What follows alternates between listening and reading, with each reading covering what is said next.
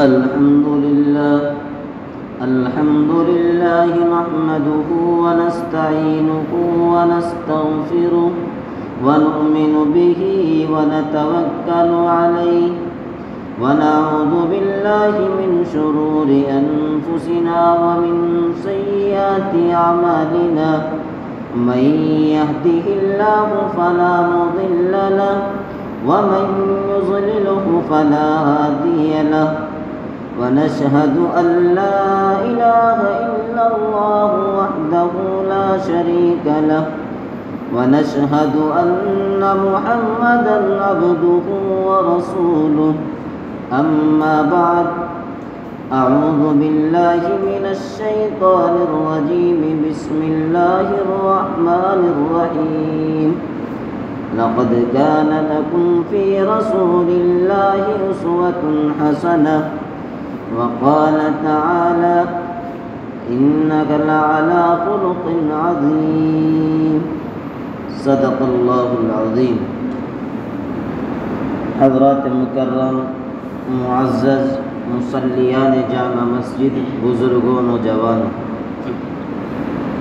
یہ مہینہ اسلامی مہینے کے اعتبار سے تیسرا مہینہ ہے جسے میں اور آپ ربیع الاول کے نام سے جانتے اور پہچانتے ہیں۔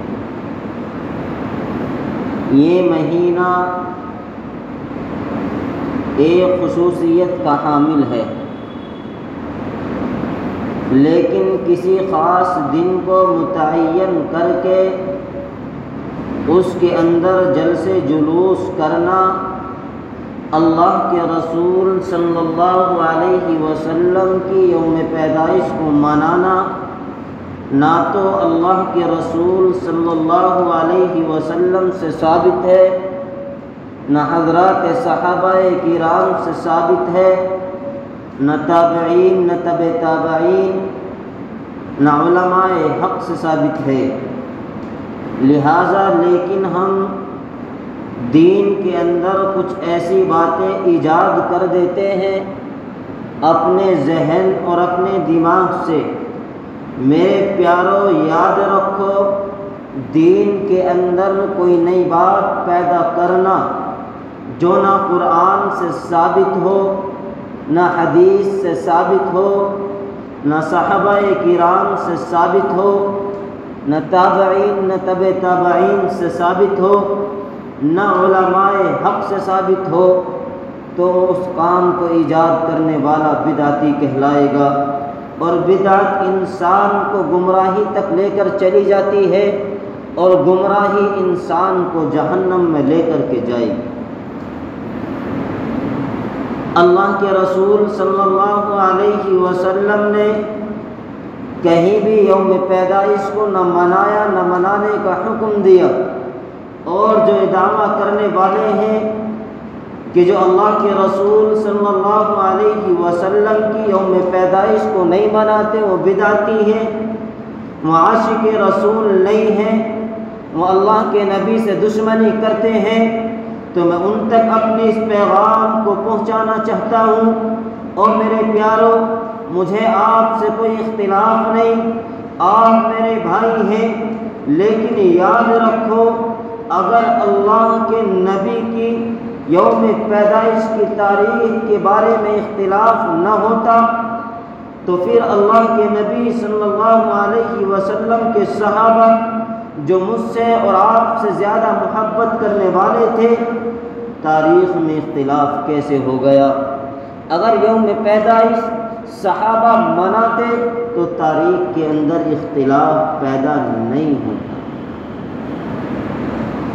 آج اللہ کے رسول صلی اللہ علیہ وسلم کی یوم پیدائش کے نام پر جلسے جلوس کیے جا رہے ہیں، اور ان کے اندر خرافاتی کام کیے جا رہے ہیں، ان کے اندر بجائے ثواب کے گناہ کے کام کیے جا رہے ہیں۔ اگر یہی کام بڑھتا رہا تو یاد رکھو یہی کام حضرت عیسیٰ علیہ السلام کے ماننے والوں نے حضرت عیسیٰ علیہ السلام کے 300 سال کے بعد عیسائیوں نے یہ کام شروع کیا، کہ ہم حضرت عیسیٰ علیہ السلام کی یوم پیدائش کو منائیں گے، اور تمام لوگوں نے مشورہ یہ کیا کہ 25 دسمبر کے روز ہم اکٹھا ہوں گے، کسی پادری کو بلائیں گے اور اس سے کہیں گے وہ حضرت عیسیٰ علیہ السلام کی سیرت کو بیان کرے، وہ اللہ کے پیغمبر کے اخلاق کو بیان کرے، وہ اللہ کے پیغمبر کی قربانیوں کو بیان کرے۔ چنانچہ انہوں نے حضرت عیسیٰ علیہ السلام کا یوم پیدائش منانا شروع کیا۔ ابھی تک یہ کام ٹھیک تھا، کچھ حد تک درست تھا، لیکن یہ کام آگے بڑھتا گیا، زور و شور پکڑتا گیا۔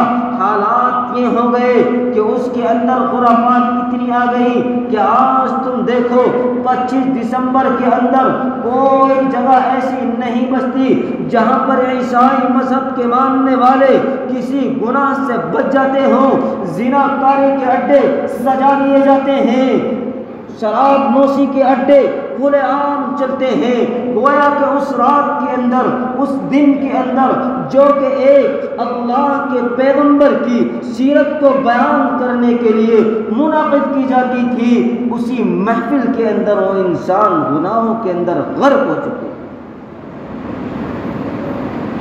شراب نوشی عام ہو چکی، قمار بازی سٹے بازی اس دن کا شیوا بن چکا ہے۔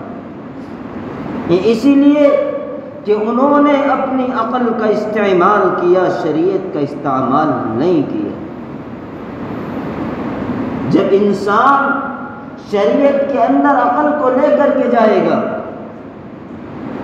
تو اپنی عقل سے جس چیز کا ثبوت نہ قرآن سے ملتا ہو، نہ حدیث رسول سے ملتا ہو، نہ صحابہ کی زندگی سے ملتا ہو، نہ تابعین نہ تبع تابعین کی زندگی سے ملتا ہو، نہ علماء حق کی زندگی سے ملتا ہو، تو وہ بدعت ہے، اور بدعت انسان کو گمراہی تک لے کر کے جائے گی، اور گمراہی پھر انسان کو جہنم میں لے کر کے جائے گی۔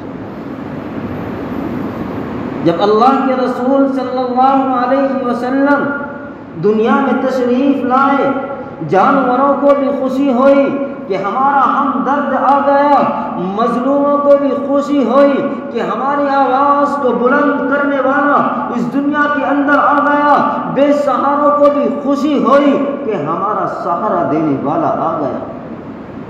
لیکن اس کا مطلب یہ نہیں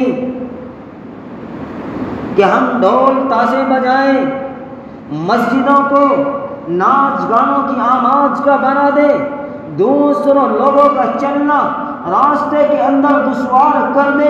میرے آقا کا اسوہ حسنہ، میرے آقا کے اخلاق اس چیز کی قطعاً اجازت نہیں دیتے۔ میرے آقا کا فرمان تو یہ ہے کہ اگر راستے میں تکلیف دہ چیز پڑی ہوئی ہے تو اس کو ہٹا دے، تجھے صدقہ کرنے کا ثواب ملے گا۔ لیکن آج ماجرا الٹا ہو گیا۔ جس نبی کے اخلاق ہمیں یہ پڑھنے تھے کہ میرا معاملہ بیٹی کے ساتھ کیسا ہونا چاہیے، میرا معاملہ میرے بیٹے، میرے لخت جگر، نور نظر کے ساتھ کیسا ہونا چاہیے، میرا معاملہ میرے پڑوسی کے ساتھ کیسا ہونا چاہیے، میرا معاملہ، میرا کردار میرے رشتہ دار کے ساتھ کیسا ہونا چاہیے، ان سب کو ہم نے پسے پشت ڈال کر کے یوم پیدائش منانا شروع کی۔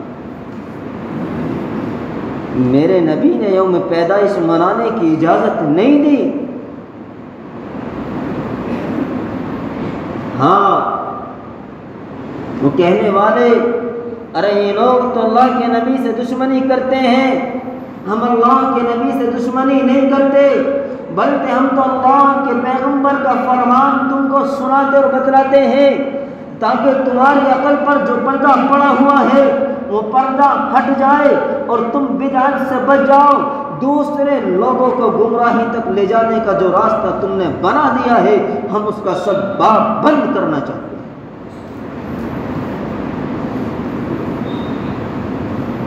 یہیں سے ایک عام یوم پیدائش بھی شروع ہوا۔ نہ اللہ کے نبی کے زمانے میں، نہ صحابہ کے زمانے میں، نہ تابعین کے زمانے میں، نہ تبع تابعین کے زمانے میں، کافی عرصے کے بعد ایک بادشاہ نے اس کام کو شروع کیا کہ اللہ کے نبی کا یوم پیدائش منایا جائے، اس کے منانے کا طریقہ یہی رہے کہ اللہ کے نبی کی سیرت کو بیان کیا جائے۔ جس طریقے سے حضرت عیسیٰ علیہ السلام کے یوم پیدائش کو منانا شروع کیا، اسی طریقے سے ایک فرقے نے، ایک ہمارے بھائیوں نے اللہ کے پیغمبر کا یوم پیدائش منانا شروع کیا۔ ابھی اللہ کے نبی کی سیرت بیان کی جا رہی، اس سے آگے تجاوز کر گئے، نعت نبی پڑھنے لگے، پھر اس سے آگے تجاوز ہی کیا کہ ناچ گانا ہونے لگا، ڈی جے بجانے لگے۔ ارے یہ کون سی محبت ہے؟ اللہ کے پیغمبر نے کب ڈی جے بجانے کا حکم دیا ہے؟ اللہ کے پیغمبر نے کب کہا کہ دوسروں کو تکلیف پہنچاؤ؟ کہیں صحابہ کرام سے ثابت ہے؟ ارے صحابہ کرام تو ہیں، اللہ کے نبی کا فرمان کان میں پڑتا تو فوراً لبیک کہتے۔ اللہ کے نبی مسجد نبوی کے اندر خطاب فرما رہے ہیں، بہت سے حضرات کونوں پر کھڑے ہوئے ہیں، جیسا کہ آج کل جلسے عام کے موقع پر جب مجمع کے اندر جگہ نہیں رہتی، کچھ نوجوان کنارے پر کھڑے ہو جاتے ہیں، اسی طریقے سے کچھ صحابہ کنارے پر کھڑے ہوئے اور ایک صحابی ہیں جن کا نام ہے حضرت عبداللہ ابن مسعود رضی اللہ تعالی عنہ، وہ گھر سے نکلے ہیں، ابھی سڑک پر ہیں، اللہ کے نبی نے حکم دیا اے میرے صحابہ بیٹھ جاؤ۔ صحابہ بیٹھ جاتے ہیں، عبداللہ کے کان میں اللہ کے نبی کا یہ فرمان پڑتا ہے، عبداللہ سڑک پر ہیں، نبی کا فرمان کان میں پڑا، دل نے گوارا نہ کیا قدم کو آگے اٹھا لیا جائے، عبداللہ وہیں پر بیٹھ جاتے ہیں۔ اللہ کے پیغمبر کی بات مکمل ہوتی ہے، بات ختم ہوتی ہے، اللہ کے نبی مسجد سے باہر نکلتے ہیں، دیکھتے ہیں عبداللہ سڑک پر بیٹھے ہوئے ہیں۔ عبداللہ سے پوچھا عبداللہ کیوں بیٹھے ہوئے ہو؟ اللہ کے نبی اے میرے محبوب آپ کا فرمان کان میں پڑ جائے، اور عبداللہ کی یہ مجال، عبداللہ کی جرأت، اللہ کے پیغمبر کا حکم کان میں پڑنے کے بعد ایک قدم آگے کو رکھ دے، ایسا نہیں ہو سکتا۔ اللہ کے پیغمبر نے فرمایا اے عبداللہ میں نے باہر والوں کو نہیں کہا تھا، بلکہ میں نے ان کو کہا تھا جو مسجد کے کنارے پر کھڑے ہوئے۔ لیکن صحابہ کی محبت کا یہ عالم ہے، اللہ کے نبی کا فرمان سنتے ہیں تو اس پر عمل کرتے۔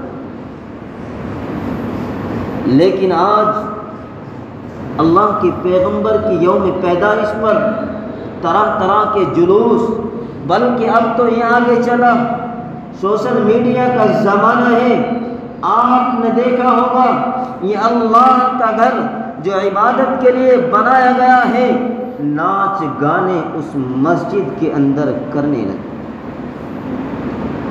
یہ تو کہیں سے ثابت نہیں ہے۔ میرے پیارو اس کام سے بچو۔ اللہ کے نبی نے نہ اپنے یوم پیدائش منانے کا حکم دیا، نہ منایا، نہ صحابہ نے منایا، اور نہ کسی کو منانے کا حکم دیا۔ اس سے بڑھ کر کے ہم نے تجاوز یہ کیا کہ اللہ کے نبی کے نام پر باقاعدہ کیک کو سجایا جانے لگا اور ہیپی برتھ ڈے یا رسول اللہ کہا جانے لگا۔ یہ تمام کے تمام کام وہ ہیں جو بدعت ہیں، جن کا ثبوت کہیں سے کوئی لا کر کے نہیں دکھا سکتا۔ عید میلاد النبی کے نام پر جلسے جلوس کرنا، کوئی دنیا کے اندر مائی کلام یہ ثابت نہیں کر سکتا کہ اللہ کے نبی نے کبھی جلوس نکالا ہو۔ صحابہ سے زیادہ محبت کرنے والا دنیا کے اندر کوئی ہو ہی نہیں سکتا۔ دکھاؤ صحابہ کی زندگی میں اٹھا کر کے کہ کسی صحابی نے ایک بھی جلوس نکالا۔ امام اعظم کی تقلید کرنے والے، اٹھاؤ امام اعظم کی زندگی کو اور دکھاؤ کہ امام اعظم نے ایک مرتبہ بھی عید میلاد النبی بنائی ہے۔ یہ میرا چیلنج ہے۔ کوئی ثابت نہیں کر سکتا کہیں سے بھی کہ اللہ کے نبی صلی اللہ علیہ وسلم نے اپنی یوم پیدائش منائی ہے یا منانے کا حکم دیا۔ اللہ کے رسول نے تعلیم دی ہے تو وہ اخلاق کی دی ہے۔ آپ غیروں کو اپنے پاس کیسے لے کر کے آئیں گے؟ اسلام کوئی تلوار کے زور پر نہیں پھیلا، اسلام طاقت و قوت کے زور پر نہیں پھیلا، بلکہ اسلام پھیلا ہے اخلاق کے طور پر۔ اسلام پھیلا ہے اخلاق حسنہ سے۔ آپ نمازیں پڑھتے رہیں، آپ کے پاس غیر نہیں لگ سکتا۔ آپ حج کرتے رہے، آپ کا حج کرتے دیکھتے وہ آپ کے پاس نہیں لگ سکتا۔ اگر وہ آپ سے متاثر ہو سکتا ہے تو صرف وہ آپ کے اخلاق، وہ آپ کا کردار ہے جس کے ذریعے سے آپ اپنے غیر کو اپنا بنا سکتے ہیں۔ آج اگر ہمیں ضرورت ہے تو اللہ کے رسول صلی اللہ علیہ وسلم کی سنتوں کو اپنانے کی۔ آج دنیا کے اندر نظر اٹھاؤ کہ اس سے بھی زیادہ کوئی قوم ذلیل ہو رہی ہے۔ جدھر دیکھو نشانہ بنایا جا رہا ہے، جدھر دیکھو ذلیل کیا جا رہا ہے۔ کوئی بھی آپ کو محبت کی نظروں سے دیکھنے کے لیے تیار نہیں ہے۔ کیوں؟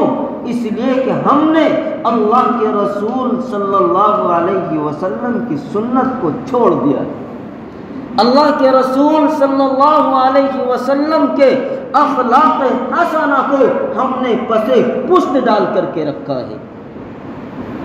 ایک سنت ہے داڑھی رکھنا، یہ سنت مؤکدہ، بعض فقہاء نے لکھا کہ واجب، لیکن آج نوجوان اس کو شرم محسوس کرتے ہیں، عار سمجھتے ہیں۔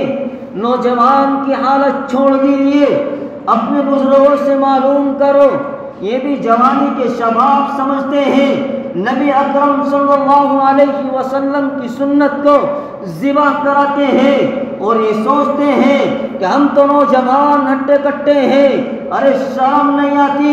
رب کعبہ کی قسم، اللہ کے پیغمبر کی منبر سے تمہیں یہ کہتا ہوں، یہ پیغام سناتا ہوں، جب تم اپنی داڑھی کو اس طرح سے کھرچواتے ہو، تم سنت رسول کو نہیں بلکہ نبی آخر الزمان محمد عربی صلی اللہ علیہ وسلم کا دل کھرچواتے ہو۔ رونا اس بات کا ہے، اس امت کا، یہ امت آج دنیا کے اندر اگر ذلیل ہو رہی ہے، اگر یہ امت پسے پشت کی حالت میں جا رہی ہے تو صرف اس وجہ سے کہ نبی اکرم صلی اللہ علیہ وسلم کی سنتوں کو پامال کر دیا۔ ایک فرمان میرے آقا کا یہ ہے،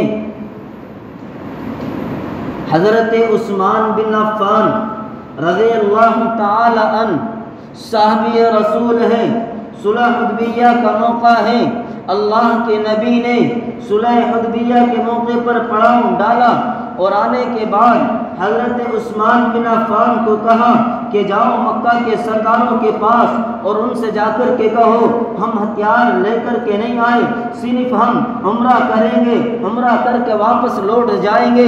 حضرت عثمان بن عفان رضی اللہ تعالی عنہ مکہ المکرمہ کے اندر آئے، اپنے چچا زاد بھائی کے یہاں ٹھہرے۔ اب جب صبح کو ملاقات کا وقت ہوتا ہے، گھر سے روانہ ہوتے ہیں، ان کی بھائی کی نظریں ان کے تہمن پر پڑتی ہیں، ان کی سلوار پر پڑتی ہیں تو وہ ٹخنوں سے اوپر ہے۔ انہوں نے کہا عثمان، سردار لوگ پاجامہ اپنا ٹخنوں سے نیچے رکھتے ہیں اور ان کو چودھری سمجھتے ہیں، ان کی مہمانداری، ان کی خاطر توازی اچھے طریقے سے کرتے ہیں، لہٰذا تم اپنے تہمن کو یا اپنی سلوار کو اپنے ٹخنوں سے نیچے کر لو۔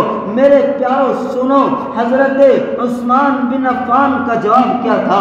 عثمان نے یہ کہا تھا کہ نہیں، میں سنت رسول اکرم صلی اللہ علیہ وسلم کو نہیں چھوڑ سکتا۔ میں نے اپنے آقا کو دیکھا ہے میرے آقا کا جو ازار ہے وہ ٹخنوں سے اوپر رہتا ہے، بلکہ یاد رکھو فقہا نے لکھا ہے کہ ٹخنوں سے اوپر پاجامہ رکھنا یہ واجب ہے۔ اگر کوئی انسان لنگی، سلوار، پینٹ، کوئی بھی چیز اگر ٹخنوں سے نیچے رکھتا ہے تو وہ حرام کام کا مرتکب ہے۔